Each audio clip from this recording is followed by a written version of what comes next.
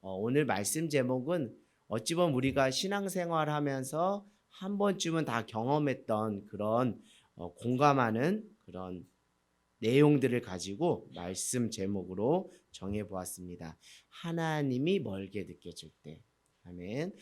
사랑과 은혜가 많으신 주님, 사랑과 은혜가 많은 여러분, 하나님은 살아계십니다.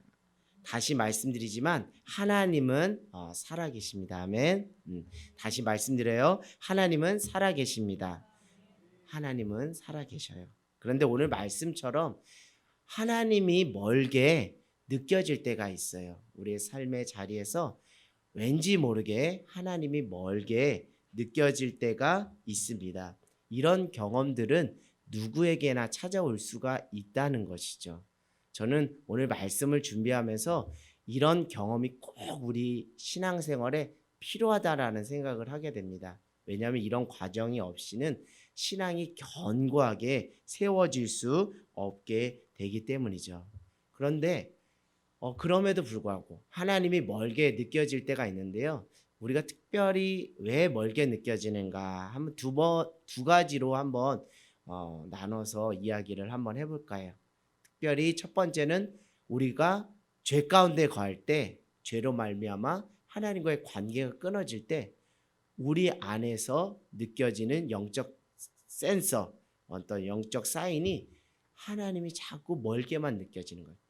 더 정확하게 말씀드리면 내가 하나님을 멀리 떠난 것이죠.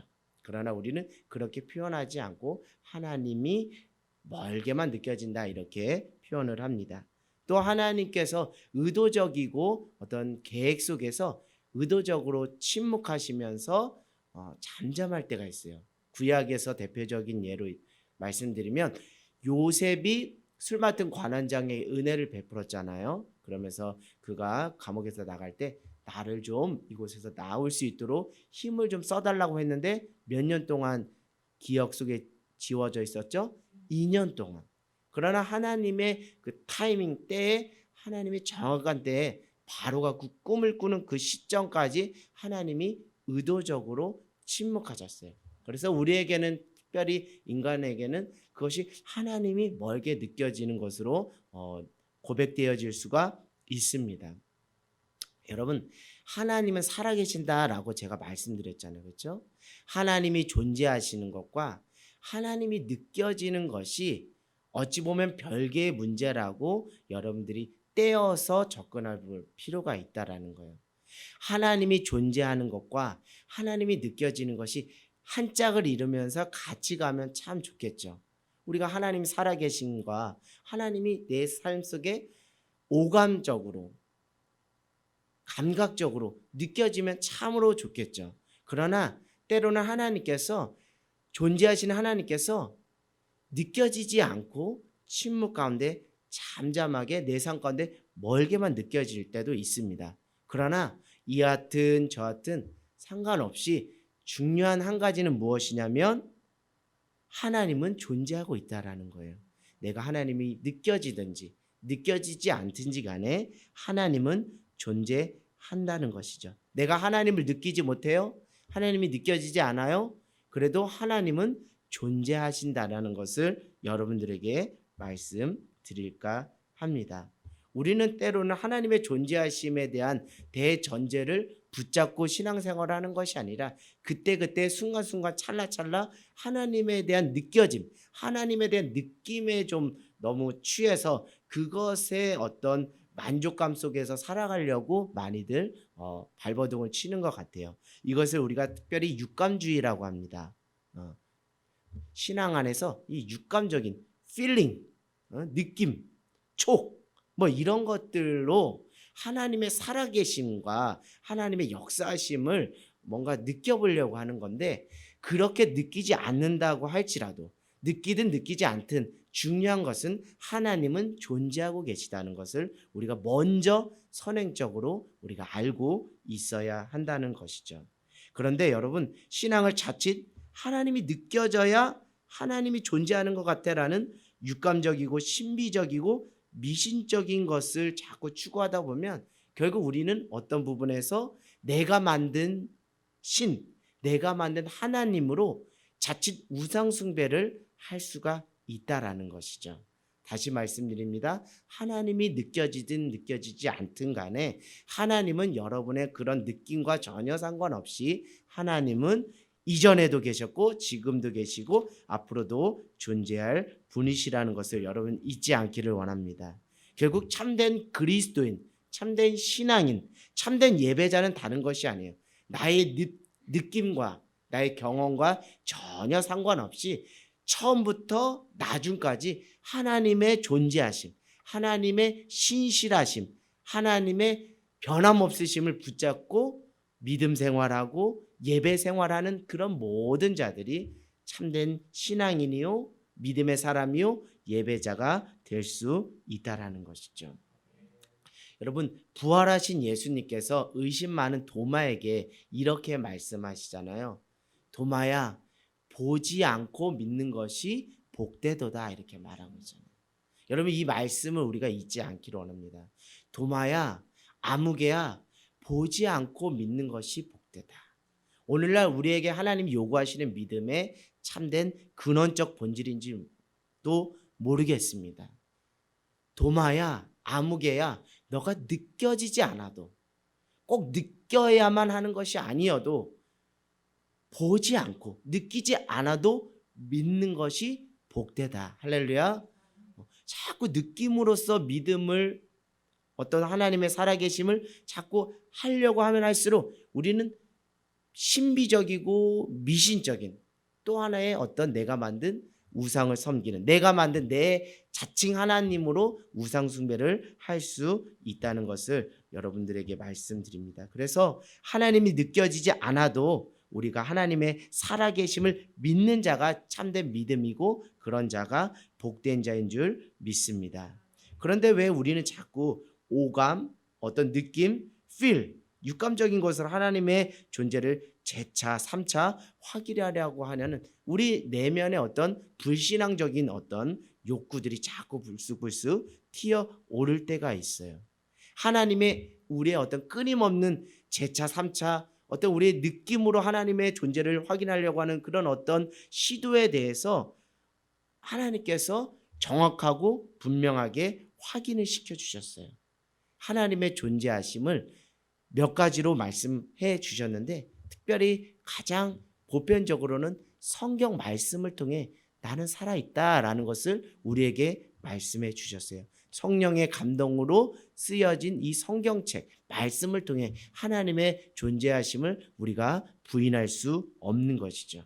그리고 자연 만물, 하나님이 창조하신 자연 만물을 통해서 하나님이 살아계시구나. 사계절의 변화 속에서 시시각각 변하는 그 모든 그 일련의 흐름 속에서 이 모든 것조차 주관하시는 분이 하나님이시구나라는 그 창조주 하나님을 자연 만물을 통해서 우리가 확인할 수 있고요.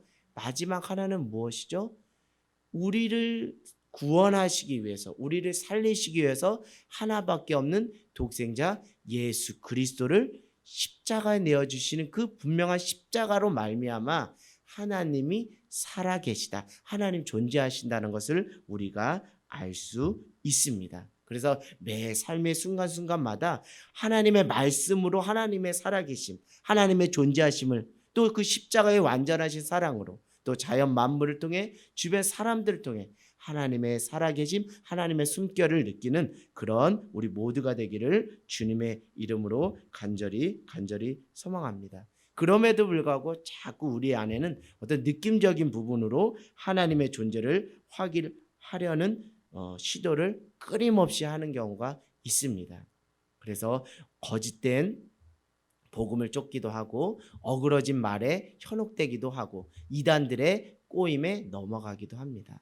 그러나 여러분, 중요한 거 한 가지를 놓치지 말아야 돼. 우리가 어떤 느낌과 경험으로 하나님의 존재하심을 계속 재차 3차 확인하려고 하는 그 시간의 흐름을 낭비하는 그 시점에서 이미 하나님이 자연 만물과 성경 말씀과 예수 그리스도를 통해서 자신의 존재하심을 증명해 보여주시고 확인시켜 주셨음에도 불구하고 우리가 계속 하나님의 존재하심에 대해서 재차 3차 확인하는 그 허비되는 시간에 허비되는 낭비 속에서 하나님이 우리에게 확인하고자 하는 것이 있다라는 것을 망각하지 않기를 원합니다.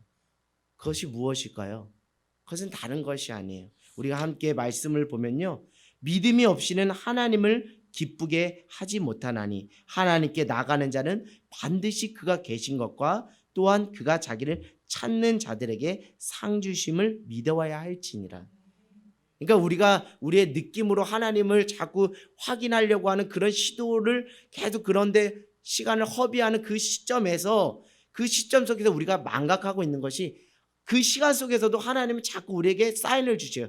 너의 믿음이 어디 있니? 나 너의 믿음 좀 확인해 보고 싶어. 네 그런 시간의 흐름 속에서 너는 도대체 나를 어떻게 믿는지 난 그 믿음 좀 확인하고 싶어.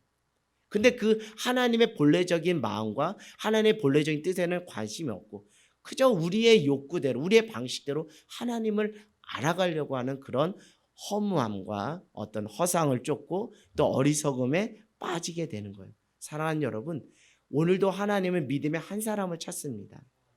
느낌으로써, 경험으로써 하나님을 찾는 그런 사람이 아니라 내 방식대로 내가 기대하는 기대치로 현현하는 그런, 존재하는 그런 하나님이 아니라 보지 않고 믿는, 느낌이 없어도 말씀 속에서, 자연 만물 속에서 예수 그리스도를 통해서 여전히 하나님 살아계신다는 것을 믿음으로 고백하는 그 믿음의 한 사람을 지금 찾고 계신다는 것을 망각한 채 살아가지 말라는 것을 다시 말씀드립니다. 오늘 이 시간 이 예배 자리에 왜 나왔죠? 다른 게 아니에요. 믿음의 한 사람을 하나님이 보시기 위해서, 그 한 사람이 내가 되기를 원하는, 소원하는 마음으로 여러분이 이 자리에 나온 줄 믿습니다. 믿음이 없이는 하나님 기쁘시게 할 수 없어요. 하나님이 계신 것과 그를 찾는 자들에게 무엇을 주신다고? 상 주시는 이를 믿어야 하지라. 이 믿음의 한 사람을 오늘도 계속적으로 확인하고 있다는 거예요. 그래서 여러분, 믿음의 자리로 나오신 여러분을 주님의 이름으로 정말 환영하고 축복합니다. 우리가 하나님께 서운할 때가 있어요. 우리가 하나님한테 서운할 때가 있습니다. 여러분, 제가 이런 말을 하면 낯설게 느껴질 때가 있어요. 어떻게 인간이 하나님께 서운하게 할 때가 있어? 우리가 하나님께 삐질 때가 있습니다. 우리가 하나님에 대한 오해를 가지고 살아갈 때가 있어요. 그것은 무엇이냐면 하나님의 뜻과 하나님의 방법과 하나님의 때가 있는데 그것을 나의 뜻과 나의 방법과 나의 때로 일치시키려는, 앞당기려고 하는 그런 불일치 속에서 우리는 하나님에 대한 서운함, 또 하나님에 대한 오해와 하나님에 대해서 삐지게 되는 것이죠. 근데 여러분, 정말 인간이 정말 교묘하고 정말 재밌는 것은 우리가 그렇게 말하지 않아요. 저 하나님한테 삐졌어요. 저 하나님한테 속상해요. 서운해요. 하나님 어찌 이럴 수 있어요? 이렇게 말을 안 해요. 왜냐? 이렇게 말하면 모양새가 빠지기 때문에, 믿음 없는 사람이라는 것이 사람들한테 다 탄로나기 때문에 이런 말을 안 해요. 저도 이런 말 안 해요. 왜? 모양새가 빠지기 때문에. 어찌 목회자가 성도 앞에서 하나님 좀 서운한데 이렇게 말할 수 있어요? 모양새가 빠지거든요. 근데 우리가 이런 말로 환원해서, 환치해서 말을 해요. 저 아무개 누가 자꾸 저한테 실족시켜서 그분 때문에 실망스러워서 저 교회 안 나오려고요. 교회 빠지려고요. 다른 교회 옮기려고요. 이런 식으로 말을 한다는 거예요. 여러분, 그분 때문에 교회를 옮기고 믿음이 떨어지고 이게 아니라 내가 하나님한테 서운한 거였어요. 솔직히 말하면 내가 하나님에 대해서 오해하고 있었던 것을 그렇게 말하기가 창피스러우니까 누구 탓으로 돌리는 거예요. 여러분, 제 말이 틀렸습니까? 틀리지가 않아요. 누구 때문에 저 교회 옮길 거예요. 누구 때문에 저 실망했어요. 이런 말을 자주 하거든요. 근데 여러분, 그건 아니에요.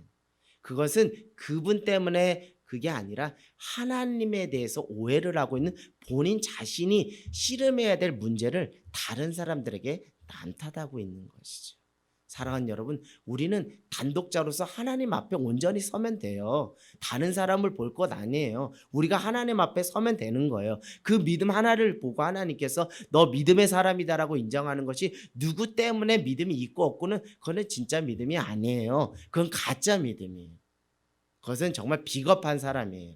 그렇게 우리 고백하지 맙시다. 솔직하게 우리 주일날 목사님 말씀하신 것처럼 솔직함과 진실함과 정직함으로 가자는 거예요. 왜요? 예수님이 우리의 무엇이 되어주신다고 말씀하셨어요? 친구라고 하죠. 친구 좋은 게 뭡니까? 내숭 떠는 거예요? 아니잖아요. 우리의 진실한 마음과 우리의 감정을 표현하는 게 친구잖아요. 친구 대신 그 주님 앞에 말한다고 해서 주님이 책망하시겠습니까? 책짓질 하시겠습니까? 주홍같이 붉을지라도 양털같이 희게 하시는 그 주님께서 하물며 우리를 내치시겠습니까? 내치지 않아요. 그러니 여러분, 하나님 앞에 진실하고 정직하고 솔직하게 고백하자고요. 괜히 정말 억울한 사람 끌어서 그 사람 괜히 무한 주지 말자고요. 할렐루야. 우리가 하나님 앞에 온전히 서기를 원합니다. 특별히 우리가 이런 부분에서 솔직히 하나님 앞에 서운할 때가 많아요. 다른 것이 아니라 내가 정한 때가 있는데 하나님이 그냥 정말 하나님이 계획하시고 작정하신 그때에 그냥 한치 오차도 없이 일하려고 하실 때, 그럴 때 우리는 하나님에 대해서 많이 서운하고 하나님이 멀게 느껴질 때가 있습니다. 그러나 여러분, 우리가 어찌 되었든지 간에 하나님이 멀게 느껴질 때가 한두 번이 아니라는 거예요. 저는 여러분의 삶에 하나님이 멀게 느껴진다면 이것을 당황하지 말라는 거예요. 이런 경험들은 누구에게나 올 수 있는 거예요. 저에게도 왔었고 저에게도 앞으로도 그런 경험들이 올 수도 있고 엘리야에게도 영적 침체가 왔었잖아요. 그래서 노뎀나무 아래서 차라리 나 죽여달라고까지 했잖아요. 이것은 신앙의 연수가 있고 믿음이 좋고 안 좋고 크고 작고 이거의 문제가 아니에요. 인간은 연약한 인간이면 누구에게나 이런 것들은 경험되어지고 이런 고백이 될 수가 있기 때문에 이것을 전혀 이상하게 생각하지 말라는 거예요. 청소년 자녀를 둔 부모가 있는데 어느 순간 얘가 말을 안 들어. 쌀쌀맞게 굴어. 그러면은 청소년 자녀를 둔 부모는 뭐라 그러죠? 이거 올 것이 왔다라고 인정해 버리잖아요. 그놈의 사춘기가 올 것이 왔다라고 인정해 버리잖아요. 그와 마찬가지로 우리의 삶의 자리 가운데 내가 순간 하나님이 멀게 느껴진다면 그거 전혀 이상하게 여기지 말고 올 것이 왔구나라고 그냥 자연스럽게 받아들이면 좋겠다라는 생각을 하게 됩니다. 때로는 그것이 우리에게는 당황스럽게 다가올 때가 있어요. 답답하게 다가올 때가 있어요. 영적 침체로 다가올 때가 있어요. 그래서 영적 돌파가 좀 일어났으면 좋겠는데 왜 이렇게 돌파가 일어나지 않는가? 왜 자꾸 믿음이 정체되는가 하면서 스스로 막 답답해서 몸부림칠 때가 있어요. 그런 몸부림조차도 귀하다고 저는 말씀드리지만 그러나 이것조차 너무 당황스러워하지 말고 홍역 앓듯이 그것을 받아들이지 말고 자연스럽게 내 신앙의 여정 속에서 반드시 통과해야 될 그 한 관문 중에 하나가 올 것이 왔구나라고 자연스럽게 받아들이면 좋겠다라는 것을 말씀드려요. 여러분, 우리의 삶의 자리에 지금 현재 이런 느낌을 가지고 신앙생활하는 분들도 있을 거예요. 우리의 삶의 인생 가운데 하나님이 멀게 느껴질 때 우리는 과연 어떻게 해야 될까요? 어떻게 해야 될까요?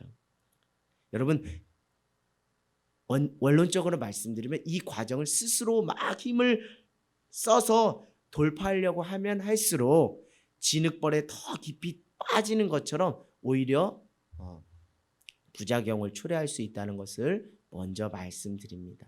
애석하게 들릴지 모르겠지만 시간의 흐름에 맡겨둘 필요가 있어요. 시간이 지나면 다 해결이 됩니다. 그러니까 이 시간들을 그냥 하나님 안에서 그냥 흘려보내고 흐름에 맡기면 된다라고 여러분들에게 말씀드려요. 무작정 기다림의 시간, 인내의 시간을 하나님의 때를 기다리면서 그렇게 보내시면 좋겠다라는 생각을 하게 됩니다. 왜냐하면 아직 내 인생의 때에 하나님의 때가 오지 않았기 때문에요. 하나님의 때가 차지 않았기 때문에요. 하나님의 그 타이밍이 오지 않았기 때문에. 그것을 우리가 인간이 땡긴다고 땡겨집니까? 아니잖아요. 그냥 하나님의 때를 기다리면서 그냥 하나님 앞에 인내하면서 그 때를 기다리는 수밖에 다른 방도가 없다라는 것을 말씀드려요. 그러나 여러분, 이렇게 말씀드리면 제가 참 무책임한 목회자가 될 것 같아서 한 가지만 곁들여서 말씀드리고 말씀을 마칠까요? 하나님의 때를 우리가 인내함으로 그 때를 살아내고 기다리라고 말씀을 드렸어요. 그러나 여러분, 한 가지 말씀을 드립니다. 하나님의 때를 기다리더라도 이것을 하시면서 기다리면 좋겠다라는 생각이 들어요. 그것은 하나님께 어떤 형태가 되어도 좋으니 하나님께 끊임없이 무엇을 던지라고요? 질문을 좀 던지라는 거예요. 할렐루야. 이거 정말 중요한 겁니다. 제가 나중에도 말씀을 드리겠지만 여러분 주일날 주일이든 수요든 금요든 예배 자리 가운데 은혜 받을 수 있는 팁을 알려드릴게요. 그것은 삶의 자리 가운데서 끊임없이 여러분 자신의 인생을 향해서 하나님 앞에 질문을 던지는 사람들은요, 계속 질문을 던지며 살아가는 사람들은요, 주일날 또 수요든 금요든 어떤 말씀의 자리 가운데 그 말씀이 선포될 때 어쩜 나에게 하시는 말씀이야? 어쩜 하나님은 나를 이렇게 아시고 나에게 필요한 말씀을 주셔? 라는 경험들을 한두번 하지 않는다는 거예요. 무슨 말씀인지 알겠죠? 은혜 받는다는 것, 은혜를 사모하고 기도하고 기다리고 기대한다는 것은 다른 것이 아니에요. 삶의 맥락 속에서 삶의 자리 가운데서 하나님 앞에 여러분의 인생을 두고 끊임없이 질문을 던지는 거예요. 하나님, 내가 어찌해야 됩니까? 하나님의 때가 언제입니까? 내가 언제까지 참아야 됩니까? 라는 끊임없는 질문을 계속 던지라는 거예요. 이 질문을 끊임없이 던지면서 하나님의 때를 기다리다 보면 하나님께서 그때마다 하나님이 쌓아두신 은혜를 여러분에게 쏟아 부어주신다는 거예요. 그래서 우리가 이렇게 고백해요. 목사님, 어떻게 하나님을 통해서 목사님을 통해서 하나님이 저에게 정말 필요한 말씀을 주세요? 이런 고백들을 한다는 거예요. 저도 그런 고백을 하시는 분들의 이야기를 많이 들었어요. 제가 말씀을 잘 전해서가 아니라 누구 목회자가 특별히 언변이 좋아서가 아니라 그 삶의 자리 속에서 그 치열한 삶의 현장 속에서 갈등을 겪고 또 겪지만 그 속에서 무엇을 계속했던 사람, 질문을 던졌던 사람은 딱 주일날 그 하나님의 카이로스 때에 하나님의 말씀과 나의 삶의 맥락이 딱 맞았다는, 맞아, 그렇지, 이렇게 살라고 하나님 말씀하시는구나, 나에게 이렇게 말씀하시는, 딱 떨어진다는 거예요. 여러분, 오늘 삶의 자리 가운데서 어떤 질문을 던졌어요? 어떤 형태가 되어도 좋다고 말씀드렸어요. 우리 목사님 말씀하신 것이 솔직하고 진실하고 정직하게 하나님의 때로는 어떤 부분에서 무례할 정도라도 어떤 형태로든지 하나님 안에 하나님을 떠나지 말고 끊임없이 질문을 던지라는 거예요. 근원적인 질문부터 던져보세요. 하나님 살아계신 거 맞아요? 이런 질문 던져보세요. 불경스러운 질문 아닙니다. 이것은 내가 살겠다는 처절한 몸부림이에요. 하나님 저 생각하시는 거 맞아요? 하나님 저한테 왜 그러십니까? 하나님 정말 이러시기에요? 하나님 어느 때까지 기다리십니까? 여러분, 이것은 전혀 불경스러운 게 아니에요. 믿음의 좋은 모델로서 하나님 마음에 합했던 다윗은 그 고난의 때를 하나님 앞에 끊임없이 질문을 던지면서 그렇게 하나님과 대화하면서 그가 써 내려갔던 성경이 뭐예요? 시편이에요. 그러면서 그 시간들을 살아낸 거예요. 그러니까 하나님의 정하신 때에 하나님께서 그를 온 세상 가운데 왕으로 올려주신 거예요. 사랑하는 여러분, 오늘 하나님 앞에 질문 던지며 살아가는 저와 여러분 모두가 되기를 원해요. 혹 여러분의 삶의 자리 가운데 하나님이 느껴지지 않는다 할지라도 그러면 하나님 왜 저한테는 느껴지지가 않는 거죠? 라는 아주 기초적이고 초보적인 질문부터 계속 한번 던져보세요. 계속 던지고 던지다 보면 어느 순간 그 질문이 무엇으로 바뀔까요?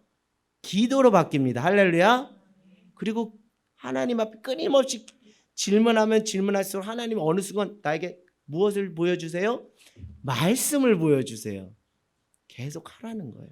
그래서 오늘 이 질문 던지는 그 순간을 통해서 하나님 나에게 기도로 인도하시고 나에게 필요한 말씀으로 인도해 주신다는 것. 그렇게 계속 하다 보면 결국 하나님 우리에게 정말 이런 결론에 도출하게 만든다는 거예요.